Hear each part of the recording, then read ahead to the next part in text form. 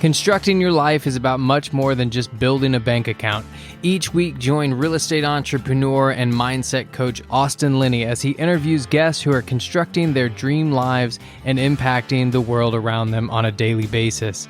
If you're an entrepreneur or wanting to start a business, or you just want to hear motivating stories of how others have overcome the odds, you are in the right place. And now for your host, Austin Linney. I'm excited for this. Let's do it, guys. See, we talked too long on the thing, and we were not giving you all the good stuff, so we're just going to let it roll here. And we have Mr. Daniel Weisfield here. How are you doing, sir, from Three Pillars Community? I'm good, Austin. Thanks for having me on, man. Man, it's a pleasure. We finally got this in. The Ice Armageddon got us, all that stuff, and he was patient enough to wait, so we're here. And, you know, what I like to do with my guests is you kind of tell me your story and start from there, and then we'll kind of go from there. How far back do you want to go? What was your first bike? No, I'm just kidding. The blue Schwinn, and my dad backed up down the driveway and crushed it. You couldn't see it. And I was such an angry little 5-year-old, so mad at my old man for crushing my bike.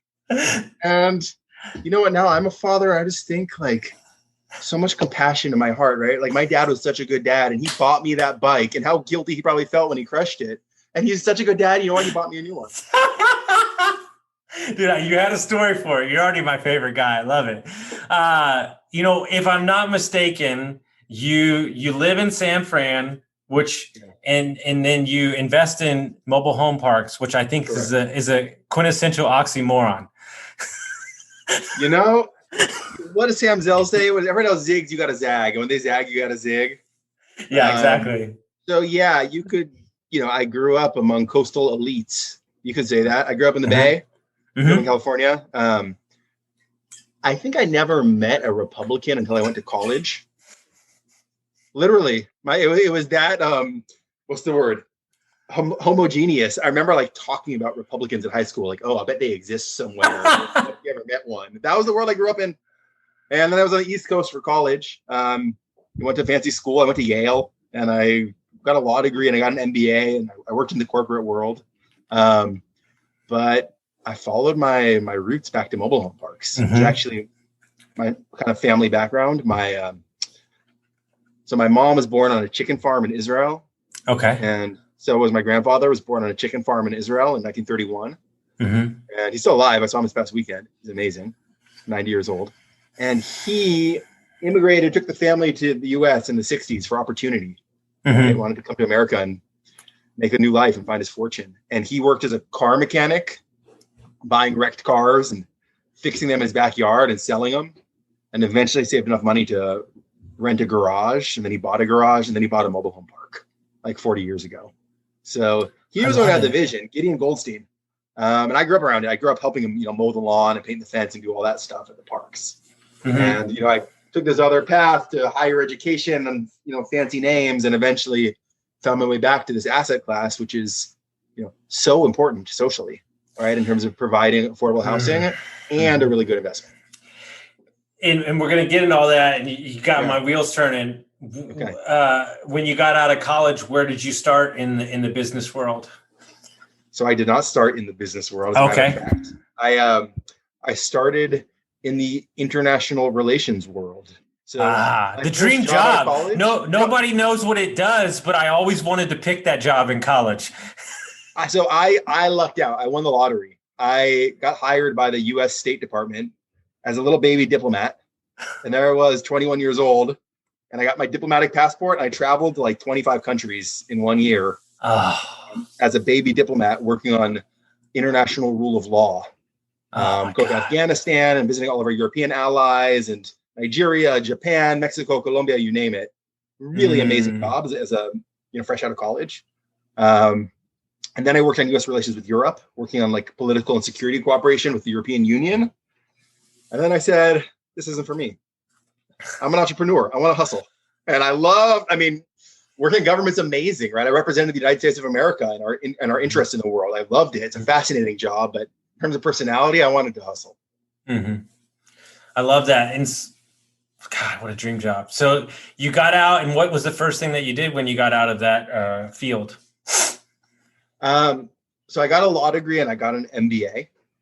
That was what I did right after State Department. And then my first job after that was at a company called McKinsey, which does strategy consulting for big corporations. So I was advising, Fortune 100 executives on strategy questions, helping them solve their tough problems. It was a super cool job. Mm-hmm. Yeah, taught me how to think. And then what brought you into the real estate space? I kind of had one of those light bulb moments. I was at McKinsey working, a corporate job. It was consulting. It was a lot of hours. It was high intensity. And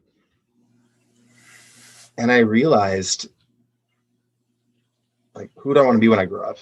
Right? Like, who do I really want to be when I'm, 40 or 50 or 60 years old, looking in the mirror? And I realized I wanted to be close to my family, right? Be the best father and husband I can be. And I wanted to leave a legacy, and I wanted to have something tangible impact in the world. And I wanted to be an entrepreneur and kind of build a company according to my values. And I wanted to build long-term wealth. Mm-hmm. I didn't just want a paycheck. I wanted long-term wealth. Mm-hmm. And I looked at all those things and I thought, okay, I need to go do real estate. Like, real estate was the obvious solution to that question. For sure. And what did you, the company is apprised of, is it you and some other gentlemen, owners, partners? We have about 50 employees at this point, but I have one co-founder. Okay. His name is Yoel Kelman. He's my wife's brother. Okay. And we love each other and we trust each other and we see the world through totally different lenses, which definitely helps us as business partners. So ultimately it was you that kind of started this, right? There wasn't 50 employees. With Yoel. We were both going through kind of career transitions at the same time. He had a tech company. He sold it. He's trying to figure out what's next. And he is the most ethical person I know. Okay. He is so driven by his values. And he said, whatever I do next, I want to make sure it's creating something positive in the world and helping heal the world, make the world a better place. And how many units do you own currently within the company? We're a little over 3,000. I always lose track. Okay. And was that the first avenue into real estate for you? Was a mobile home park, or did y'all buy other assets first? So when I was in law school, Yoel and I bought a little triplex and renovated ourselves, paint and drywall and all that stuff, and did good. And we bought another one up the block. So we had a partner on those 2 deals, and we saw the power of passive cash flow. And and we also both come from, immigrant families that came to the US with nothing and ended up building wealth by owning real estate. So that was kind of always in the back of our minds. And what was the first deal that you bought in the mobile home park space? How big was that? Funny you should ask. Brighton Court Mobile Home Park in Horseheads, New York. $100,000, 20 units. Check my math. I think that's $5,000 a door. That included not just the lot, but also the home, because it's all park-owned home. So $5,000 a door for 20 dwelling units in Horseheads, New York. That was a turnaround of a turnaround of a turnaround. I mean, that was a park where, like, the prior owner was basically, picture a trailer park slumlord who does everything wrong and then, like, make it 10 times worse. That was this guy. Yeah. Like, didn't pay the property tax, didn't pay the bills, didn't repair anything. And his residents were good people who were just low income and living in squalor because no one paved the roads or, plowed the snow or fixed their heater. So they were like, God, you must have looked like a dude with your shirt off riding in on the biggest white horse. They probably thought you were the cat's pajamas. Yeah, it felt really good. We had a barbecue for the residents when we showed up and we met them. We had a cookout and we met them all and said, hey, we're going to pave your roads. And they were like, thank you. I heard something the other day, and it's very simply said, but it's very important to me. And it seems like that's the way you live too. A lot of people get into look, don't get me wrong. Like, I'm all about real estate and I'm all about creating wealth and freedom for yourself. But understand that you're also take the pride of being a landlord, whether that's an Airbnb landlord or a single family or a multifamily or a trailer park or an RV, and understand that you have a responsibility as a landlord to give a shit. And it's like, we lose sight that there's people on the other end of this thing. And by creating a space for them to raise their kids and feel safe and all that stuff, they're going to stay and they're going to talk good about you and they're going to bring other good people in your community. And I think we as entrepreneurs and real estate investors sometimes lose sight that there's people on the end of this thing. Yeah. Yeah. I mean, that's our whole business. Yeah. Right. That's what we're trying to manifest in the world. And I believe that if you treat people right and you live by your values, the money will come, right? The money will take care of itself. For sure. And so we started the company with a 2-part mission, right? And both of these things are essential to who we are. The first part is to deliver safe, reliable housing to our residents. So that's the resident mission. And the second piece is safe, reliable returns to our investors. And for us to consider ourselves a success, we need to do both of those things. Yeah. For sure. And I have to side of the residents, like, I see them, I talk to them, I'm getting calls every day from at this point we've grown. So I'm doing less of the direct talking, and I've got a director of operations and a regional manager and a park manager. So you have more layers now, but not a day goes by where I don't get a call from my director of operations about, hey, Susie Q in space 7 is going through a hard time right now. What are we going to do? She's always been a good tenant. How are we going to help it out? I have those conversations every day. Okay. And what was the next one that you picked up? So the first one was that little $100,000 park, and just a little more color on that one. Like, we got into contract and then we said, oh crap, where are we going to find $100,000? Right? Like nowadays, if I need $100,000, I call like one investor, have it in like 10 seconds, right? Now that we've grown the company. But at that point, it's like, where are we going to get it? So we're like, all right, let's go to the people we know and we love and trust, like my cousins and like people I went to high school with, and say like, all right, we need 10 people, 10 grand each. Who's got 10 grand sitting in their checking account, not working for them, wants to take a risk on us, right? So that's how we capitalized the first deal. And the second one was Holly Court Mobile Home Park in Portland, Oregon, $700,000. And so it was like a $300,000 equity raise, a little bit more. So we went to more friends and family. It was $20K buy-in per person. And then from there, we did a $2 million deal. And from there, we grew and grew and just kind of got that snowball rolling. I think one of the things that people don't understand about, especially in the bigger scale asset classes, is that when you create a reputation of somebody that puts a signature on paper and closes a deal, you pretty much don't have to source your deals anymore. Like I'm not saying you don't, but what I'm saying is when people know you as closers, you attract people giving you deals. Yeah, that is 100% right. And I will tell you, when we first came out to the market, in 2017, we started the company. I said, I was going to brokers begging them to show me deals. Please show me your crappiest, smallest deal. Throw me some crumbs. You know what I mean?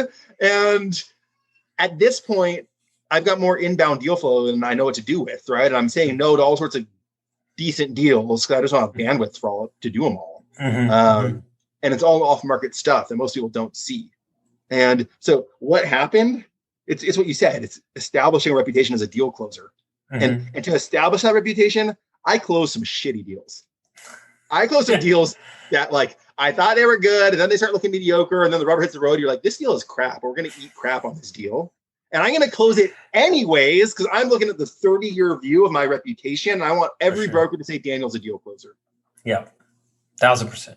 Yeah. And when one of the things I'm reading about, especially in the one I was talking about, the Nomad Capitalist, is he's talking about that if anybody learned their lesson from 2008 is that you can't have all your eggs in one basket. And diversification of parks or assets or multiple assets. That's why people love multifamily. They love RV parks. They love, because hey, if 5 tenants don't pay, we're good over there overall on the bills. And I think that's one of the things.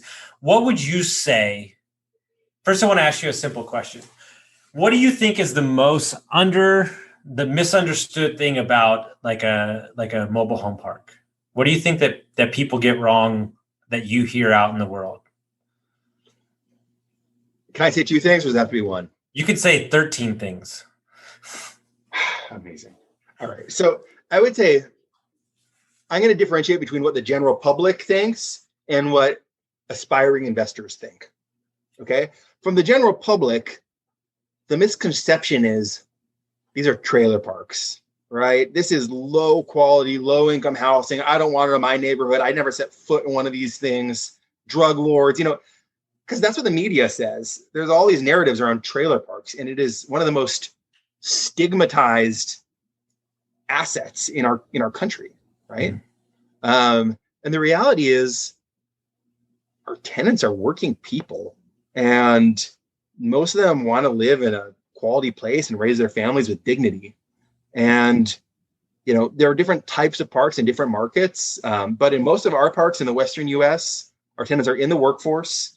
Typical household income is going to be $30,000 to $50,000. They've got a nice Toyota Tacoma pickup parked out front, or maybe an F-150, and kids go to school, and the new manufactured homes look really good. They've got it's not an old sardine can anymore. It's got a pitched roof, a nice wood siding, and granite countertops and stainless steel appliances. So I think there's a whole misconception about what this housing is and what these communities look like. That's the biggest myth on the kind of the general public.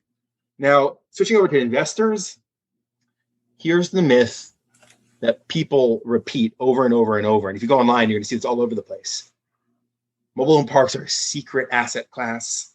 You're going to find them you're going to buy them at great cap rates. You're going to go find some mom and pop owner who doesn't know what it's going to worth. You're going to buy it at a 10 cap, and it's non-institutional, and there's so much opportunity left in this space.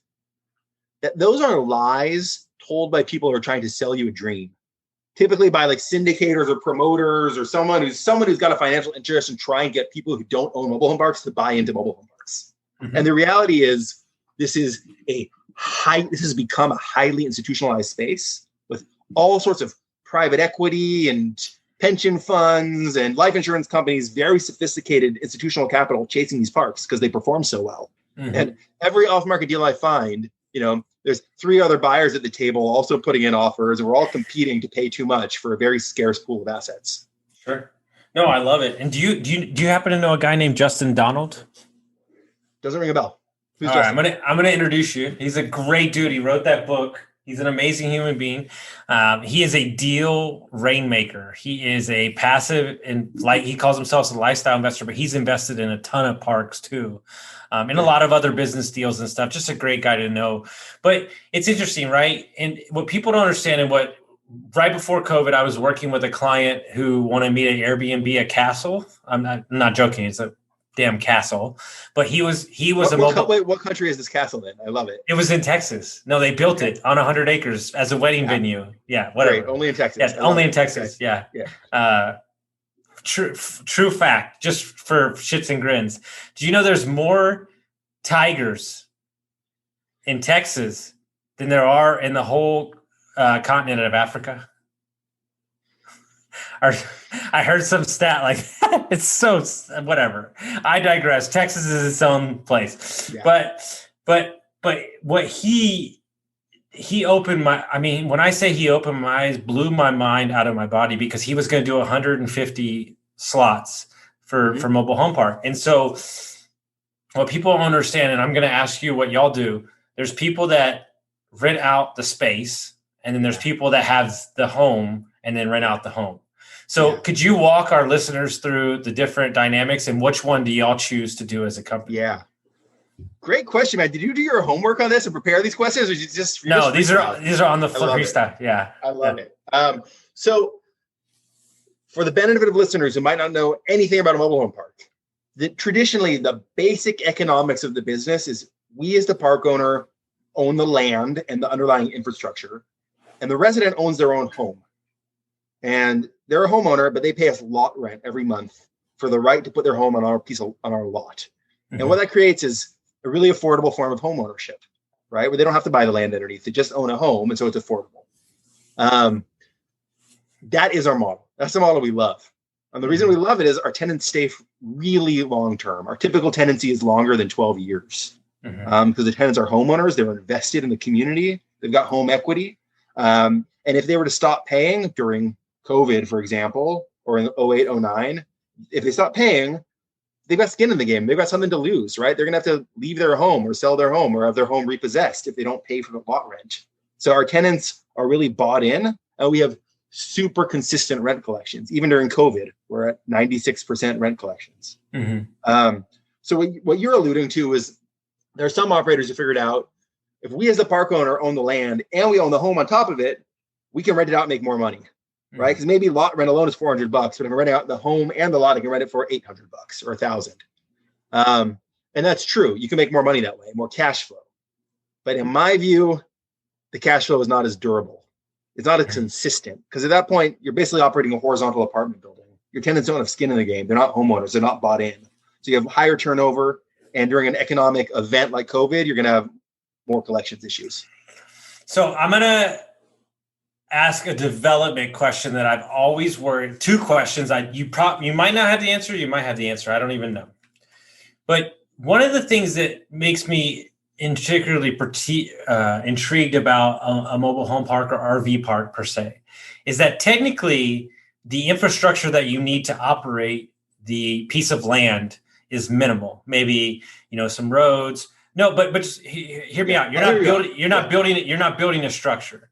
That's so right. What I'm saying is if 5 years or 10 years or 12 years down the road, a developer came in and wanted to build homes on it, he wouldn't have to tear down as much stuff. So is that a benefit when it comes to something like that? If you were looking to get out in 15, 10 years, maybe I'm just overthinking the whole thing, but. No, you're not overthinking. So the concept of what you're discussing is covered land play. That's a word you hear sometimes, saying if you want to buy land and land bank it, you want to be a land investor because you think it's going to, go up in value 20 years from now and you can build a hotel there 20 years from now or a big apartment building. You want some cash flow in the short term. So you could run it as a parking lot, or maybe you could run it as an RV park. Like you're saying, you'd have kind of minimal capital investment to put in some plumbing and some electric lines, and then you can get cash flow from RVs. So I agree with you for RV parks. Can an RV park go in a floodplain or no? Yes. Okay. Yes, I haven't been lying to people for 5 years. Yes. Yes. Okay. Yes. That's a play then. Yeah. That is for floodplain land. Absolutely. RV parks are a great use because if you see the floodwaters rising, guess what? You put your key in the ignition and you move it out of the way. Yes. Right? So that's a great use. Now I will just say though, I do not think of mobile home parks as a covered land play. When I'm talking about a single wide or a double wide, and this gets back to the misconception about what a mobile home is, right? Yes. We're not talking about trailers anymore, right? It's not your grandma's trailer with, a hillbilly sitting out front. Like we're building high quality communities that look like a subdivision, nice asphalt roads, concrete sidewalks, put in a nice double wide home. Like I said, granite countertops, stainless steel appliances. That thing might sell for in Austin $120,000. In some other markets, more than that. So it's building a nice community, and the residents have home equity. And 10 years from down the road, I don't want to say, "Hey, we're shutting down the park, and you got to move this thing." That to me is the right way to do business. No, it's great because I think I'm about to set you off on a tangent, and I'm very excited because I've been saving this because I can tell where your heart. I'm waiting for it. Austin. I can tell where your heart lies because our heart lies in the same place, and. The reason that we're starting this construction company that I mentioned at the beginning is because I am fucking sick and tired of the prices in America going through the fucking roof and people are still making the same amount of money. Rent's going up. People in Austin are paying $200K over asking, no contingencies, all this fucking bullshit. And middle America, restaurant workers, nurses, these people are being priced out of communities, and it's not okay. And so one of the reasons that we started this construction company is because we can keep pricing affordable, and we're going to go build, subdivisions in Kansas, like, in Kansas City and Texas and in bigger cities and stuff like that.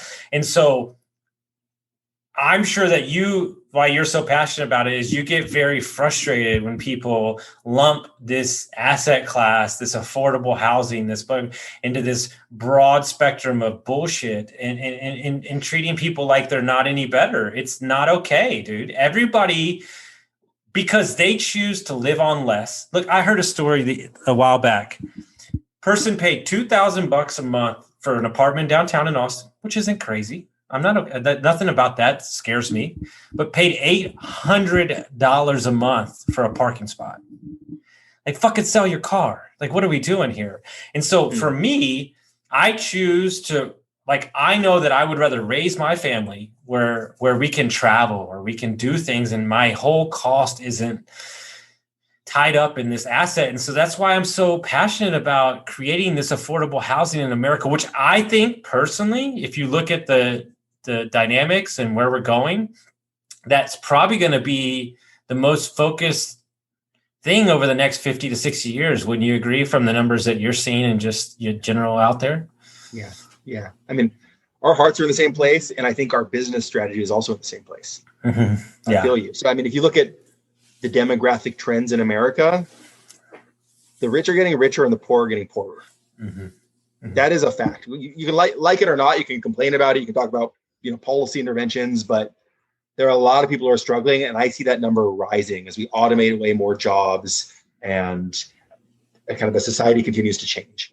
So we see massive opportunity to serve working people, kind of middle income and lower income. And if you think about it from a real estate perspective, that's the missing middle. Yes. That's the term, the missing middle. If you're going to develop, you can go develop a luxury product for people with money, and you can make money as a developer. And then there's this whole low income affordable housing world where you get government subsidy and you build, for people who are really at the bottom of the economic spectrum. But it's really hard to develop for, a family of two parents working minimum wage jobs trying to support one or two kids, mm-hmm. right? Those people mm-hmm. might have a total housing budget of, $700 to $1,400 a month, depending on location, right? So how do you build a product that can serve those people? And the answer is, you got to change something. You can't do it the old-fashioned way of swinging a hammer and nails, because it's going to cost you, 200, 300 grand to build a house, and those people are going to be priced out. So you got to change the technology. And you're talking about modular construction. You've got your business I'd love to hear more about. Mm-hmm. We're doing a manufactured home, and that is a way that you can kind of hack the system and create a product that is accessible to normal people.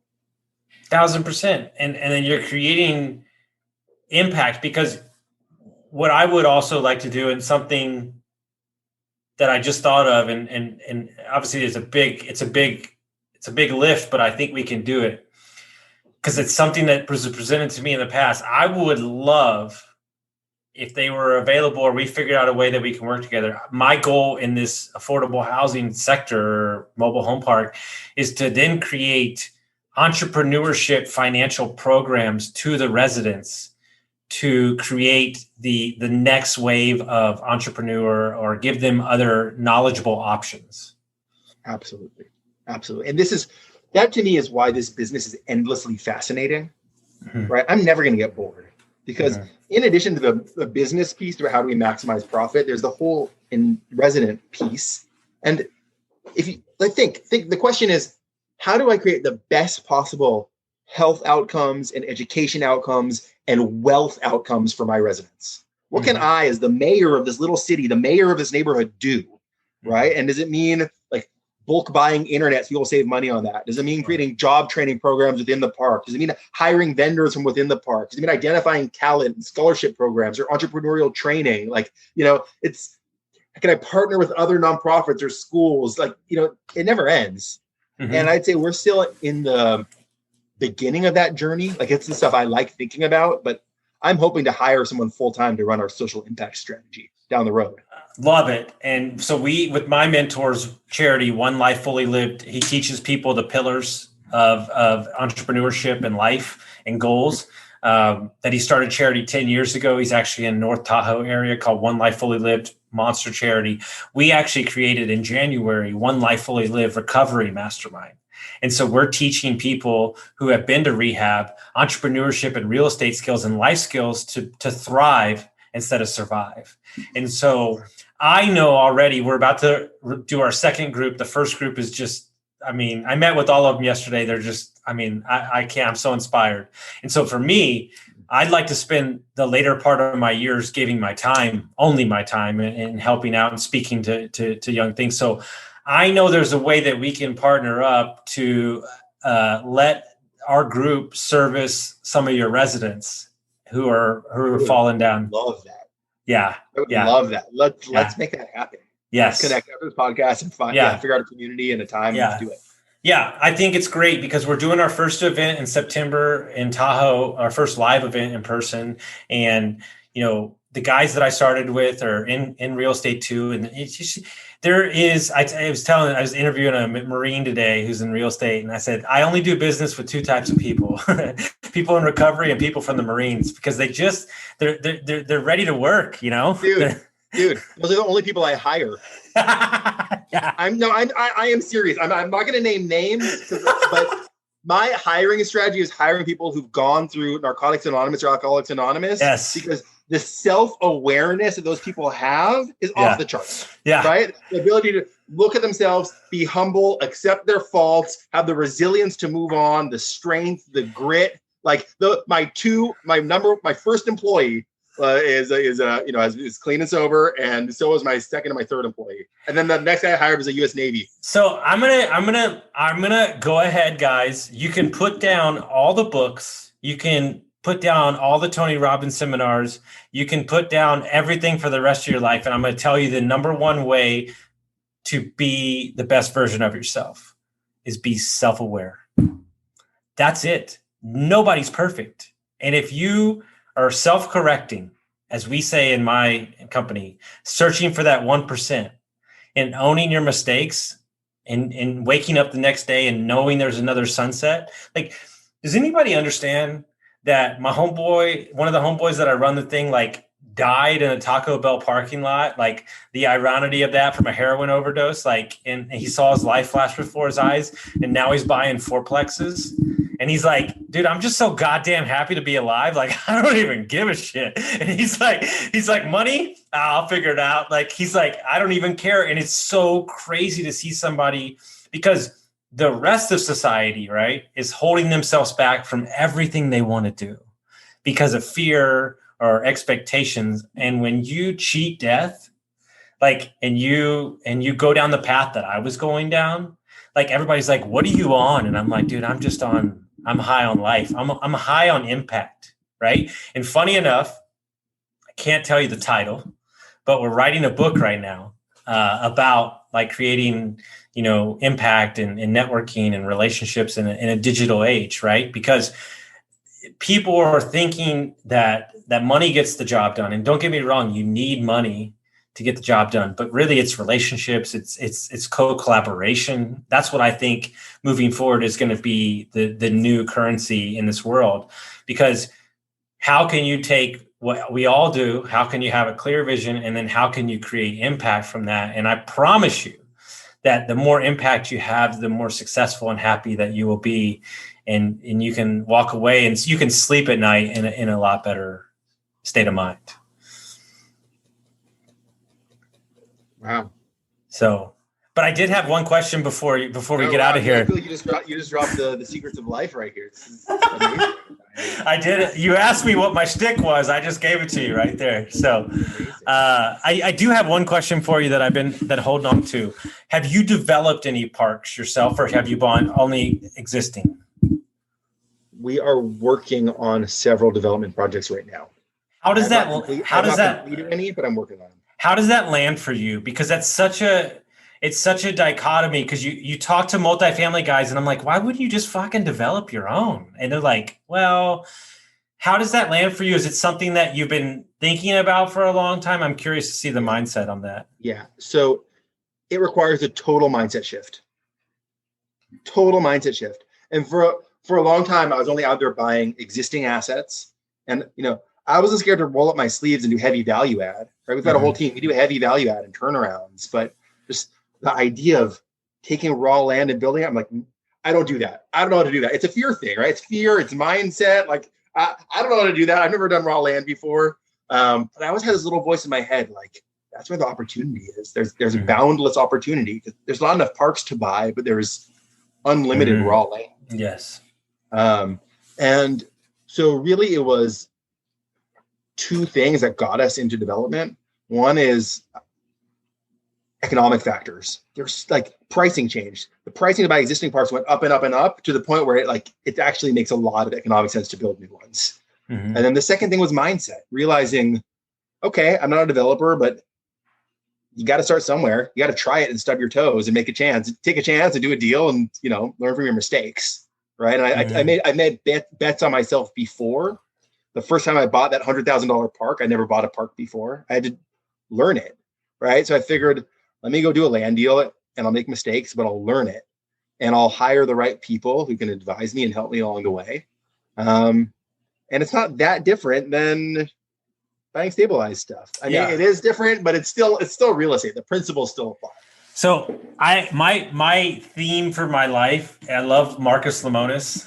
Vertical integration is my theme. You can run avenues of business.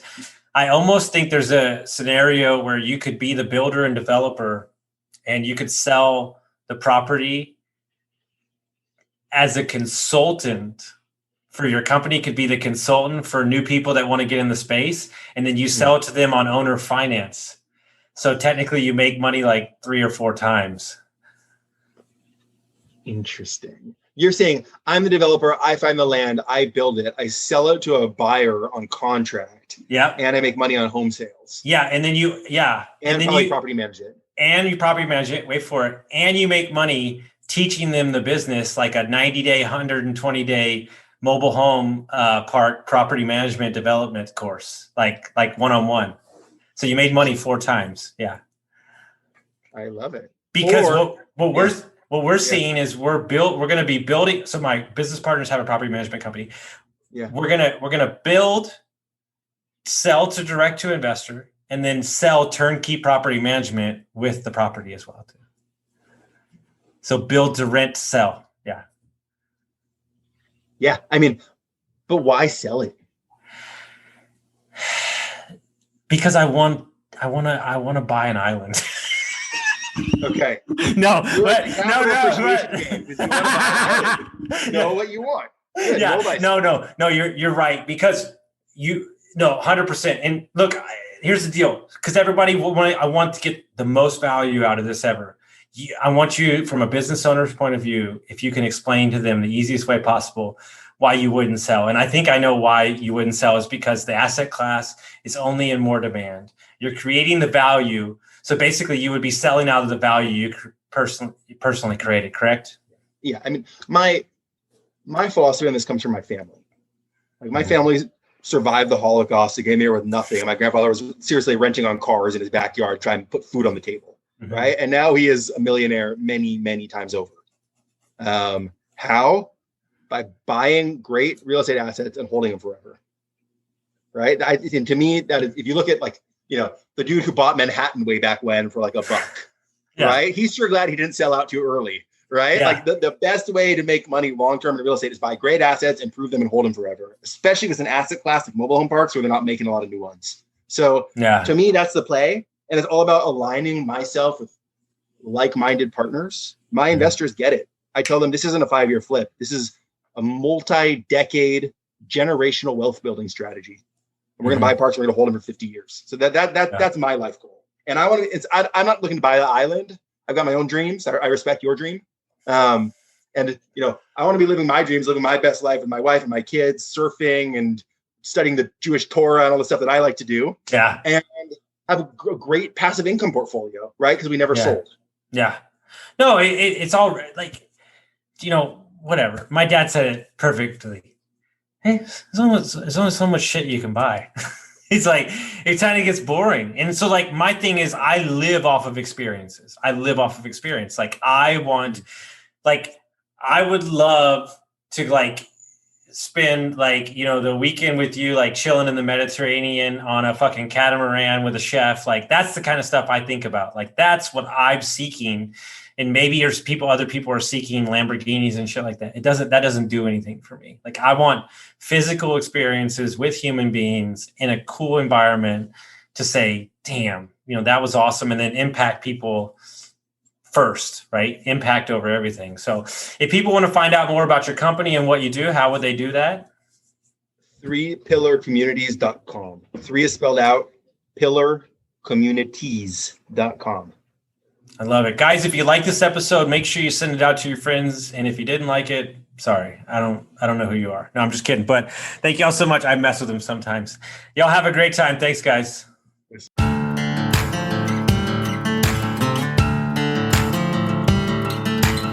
Thank you for listening to Construct Your Life with Austin Linney. If you enjoyed this episode, be sure to rate, review, subscribe, and pay it forward by sharing with a friend.